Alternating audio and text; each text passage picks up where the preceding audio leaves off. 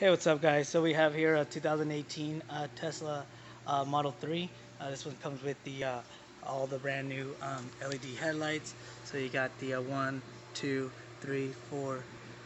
I think three of them light up, and then the other three are the high beam. So this is the light output that we get. I have our lovely assistant here holding our light meter. So we get a nice clean cutoff line, as you guys can see all the way across.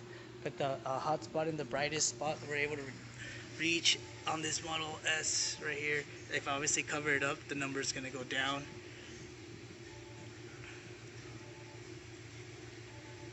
What was the other spot you had, the brightest one? I thought it was right. There you go. So keep in mind the car's like not completely on all the way, but that doesn't really make a difference.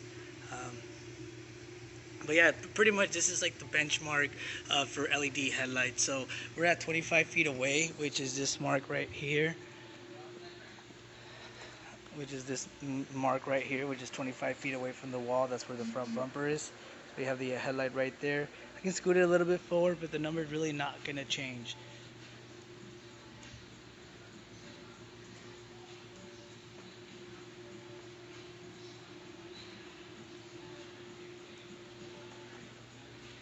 So we have the door closed, we have the lights off, and we just have the nice light. It's pretty cool.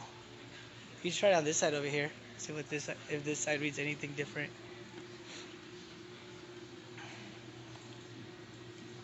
No, huh? It's smaller.